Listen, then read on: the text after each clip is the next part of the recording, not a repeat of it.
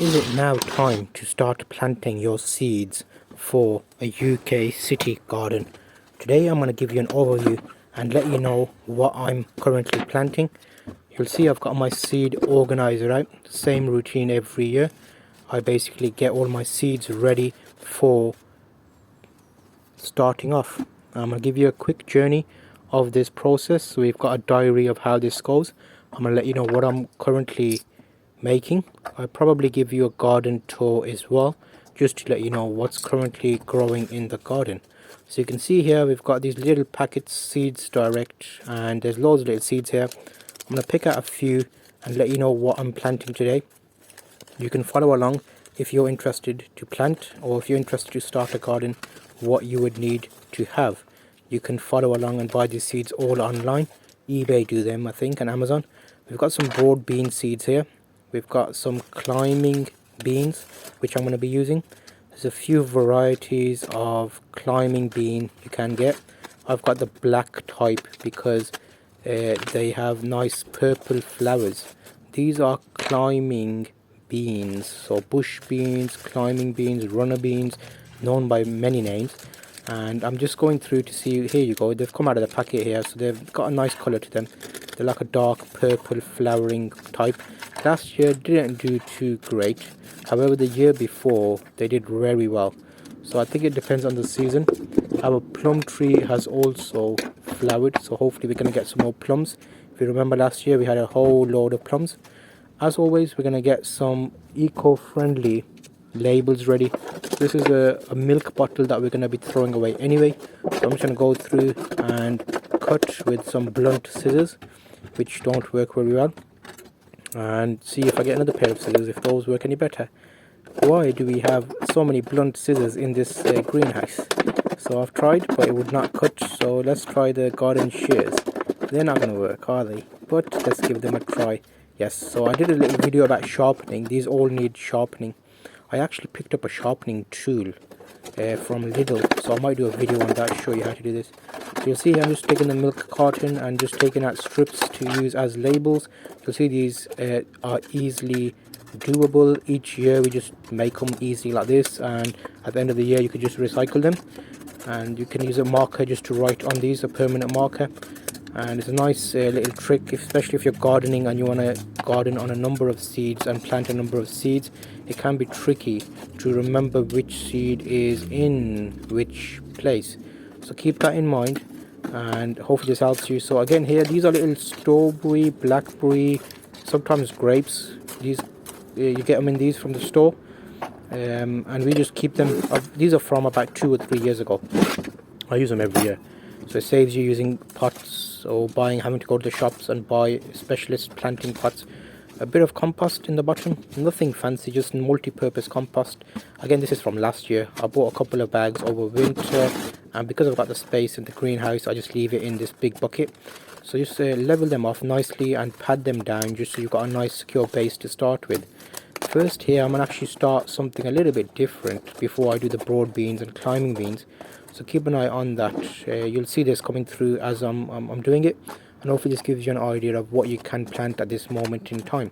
So padding down the compost, and let me see what we got. Spring onions would be a nice addition, so I'll do a few spring onions, and I'll sprinkle quite a few liberally on here, because then I can replant these into one of my bigger pots, just to let them grow on a bit. So that's something to keep an eye on. And with these, they come in varying qualities. I've got a radish there, I might put those direct, sow them. I've got peas. Normally I start these off indoors because the mice get them, but I'm going to try some here, 3-4 in each pot, and see what happens. And we'll put a bit of compost on that. Again, these would have been better in a larger seed pot, but we'll try and get this year a bit different just to see how this works. Here I've got some leeks. So leeks do quite well for us, actually. I need to think where I'm going to put these once I've done this seeding, but yeah, patting down some compost on top of these just to hide them up. And once they're all ready, you want to keep them at a nice distance. They normally say double the distance of the seed in the compost. So you can see here I'm just doing that down now, tapping it down and keeping that in your mind and how that should be done. I'm not going to water these right now. I'm going to label them up. I'm going to let them just put a label on those so I know what's in each. This is the first batch. because again in the UK we're not sure, are we, if the weather's actually going to hold up. We might get some frosty days as well. You never know. It might end up snowing. That's what happened last time. Did it? Yeah, because the plum tree flowers didn't bloom as nice.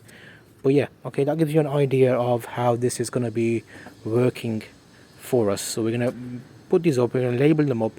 I'll do a second batch next week, or maybe in a couple of weeks once these come up, so we've got a bit of a backup. And again, it's nice and easy. Just wipe the labels, write the name on, stick them in the pots.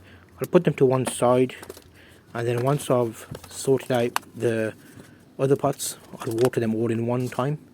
I don't think I need to water these again now until they come up. Again, I am in the greenhouse type situation, so it's enclosed space, so maybe I might need to water them if we get really hot days, which we hope we do get, and it stays hot now until summer. Here I've got some yogurt pots. These are like the Lancaster Farm, the deep yogurt, like the big pots, and I use these for bush beans and climbing beans. I do 4 of each. Again, a bit of compost in the bottom. Once you've got a bit of compost in the bottom, you can put your seeds in and then tab them down. Again, similar process. Hopefully this gives you an idea of what can be achieved from a small city garden. I'm not sure what I'm going to plant this year really. I haven't planned anything, because what happens is you plant and at the last minute you don't, you rechange stuff. Like you start, oh, I don't want to put that there, I want to put that here. So I thought I'm not going to plant it. I'm just going to do what I need to do. I know roughly how much space I've got. So I'm going to put enough seeds that we've got enough. In each of these pots I'm putting 3 seeds, by the way. So I want like thick, luscious plants, and they may go straight into the ground or into my big planters, which are actually planter fridge, like a fridge that I use as a planter. It's got loads of compost over the years, and it should be really good. Just writing the side of them just so I know that these are the broad beans versus the climbing beans, which I'm going to put in next.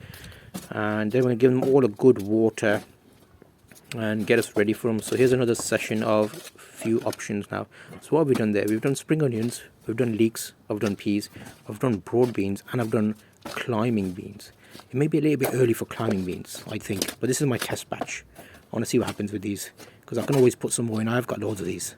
I normally direct sort them if it's too late. It's too early for cucumber, too early for pumpkin. Is it? I think it is. I think give it another end of April. I think I'll put the pumpkins in, and the courgettes in, and the cucumbers. So keep tuned for that.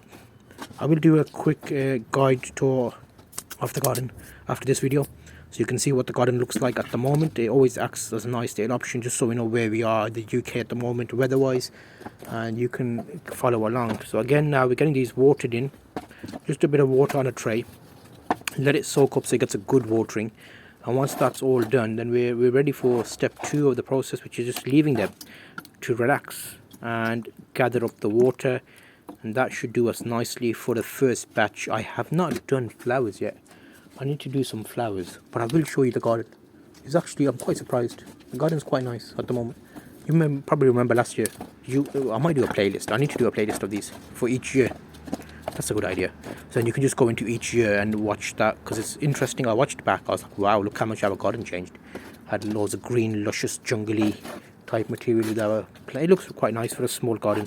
I say small. How small is it? You're probably looking at, how many slabs have I got here? I got quite a few slabs on this garden. So 1, 2, 3, 4, 5, 6, 7, 8, 9, 10, 11, 12, 13, 14, 2 times 14, 28 foot long. So that's quite a big garden in the grand scheme of things. In the UK, gardens are getting smaller and smaller. So it's about 16 foot by 28 foot. But I've got a load of stuff in there. We've got a plum tree, we've got loads of stuff. I'll show you that in the next video, so keep tuned for that. This one I'll put out now, as in I'm recording it, and I'll see you on the next video. Check that out.